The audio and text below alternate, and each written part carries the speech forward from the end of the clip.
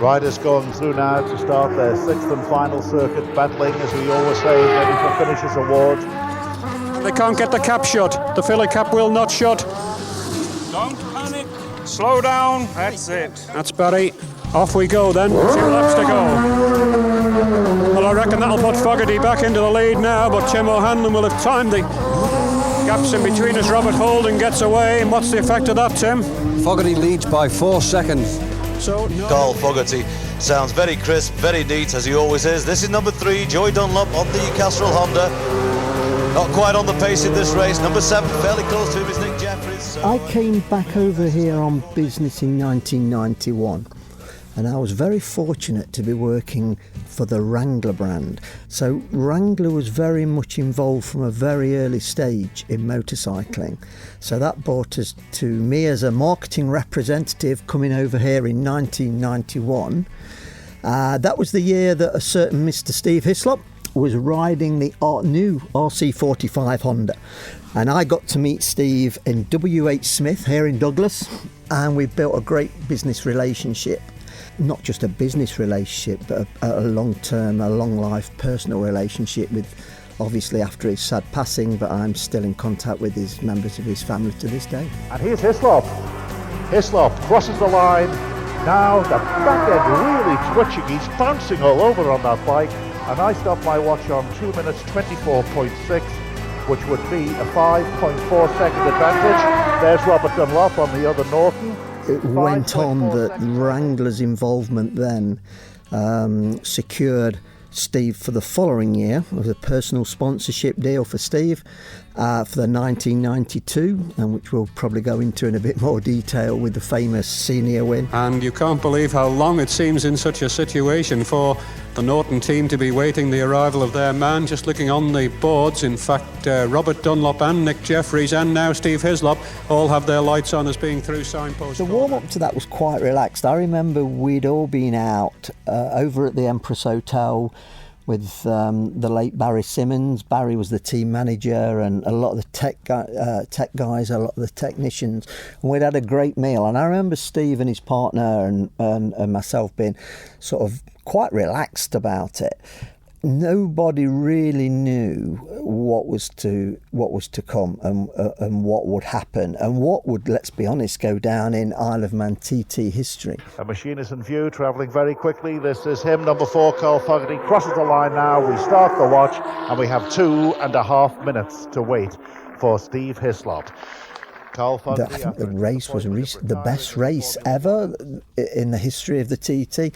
So to be involved with that, it was, just fantastic. Well, it's not a formality that Hislop's going to win yet, but he is heading down the mountain now. It's 2 minutes and 12 seconds, 13, 14, 15, 16, 2 minutes 30, remember, was the difference. Just coming 18, up now. 19, 20, here he is. It's going to be hizzy, it's going to be hizzy. Steve Hislop crosses the line. Now the Norton wins on my watch by 4.4 seconds, and the excitement here is tremendous. Hard luck. Well, that is tremendous. The first Norton Senior win since 1961 and the first Norton win since 1973 in what's been an electrifying race. I watched the race, I believe. I was at the bottom of Bray Hill. And even to this day, the sound of that Norton hitting the bottom of Bray Hill was a sight to behold. So something that will stay with me for a very, very, very long time. Here he is. Listen to that. Steve Hislop wins the Senior TT on a Norton.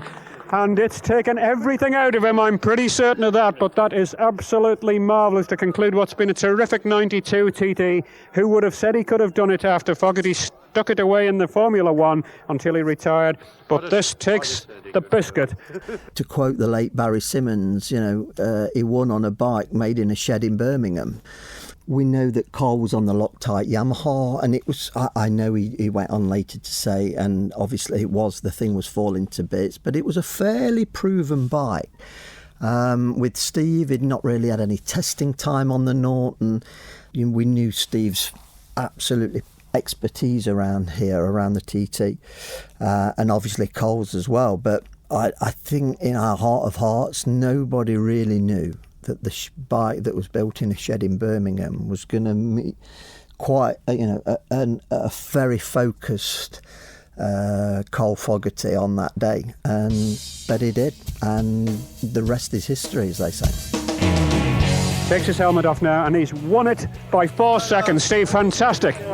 Thanks, Jeff. How did you do it? How did you hang on to keep pulling back when you were down? Oh, I just kept hanging on. The first couple of laps I tried to ride a lot steadier than I did on Saturday, because I knew if Carl had to go near the end, he'd probably tire himself out, and the bike is handling a lot better today, and I rode real steady. Somebody said to me, a spectator said earlier in the week, you're trying too hard, that's why you're making a mess of your first laps, and I just tried to get into a nice rhythm, and I'm chuffed. And the chain was a bit slack as well. Did you hear that clanking? Yeah, it jumped out of gear a couple of times actually. And brilliant ride. I just loved it. Even though they'd had various success on short circuits in the UK, with people like Ron Haslam and Steve Spray, there'd been some, and the JPS Nortons, but to take a Norton and put it around the TT and win the senior, it's just, even to this day, people talk about it. And I've actually not long ago, I spoke to John McGuinness. And even John turned round, and I'll quote him more or less word for word, and he said, I don't know how he did it. I don't know how he won on that thing. And again, if you look at the times, we talk now, and obviously with what Michael did this week, or the 135, then all those years ago, 30 odd years ago, 123s, 124s, and if we think how tyre technology, suspension, everything, brakes have moved on, I can see why John is, how did he do it? How did they do those times all those years ago? You can scarcely believe that you weren't supposed to ride this machine 3 weeks ago, can you? I know, what a turn up, eh? Just shows you what you can do to jump on it and tame it and win the senior TT. Absolutely extraordinary. Congratulations. Thanks, Jeff. It's a multitude of events and the stars aligning that year. And I believe Carl's lap record lasted for 8 or 9 years after that. So I think that just shows how hard those two guys was battling it out at that time. What a senior TT. Those are the top 3 and they're in, and Steve Hislop is absolutely surrounded. You can't even see him here. There must be 60 or 70 allegedly accredited people here trying to get the story from him, but we've heard his thoughts on how he did it. And, well, this race will be talked about for a long time to come.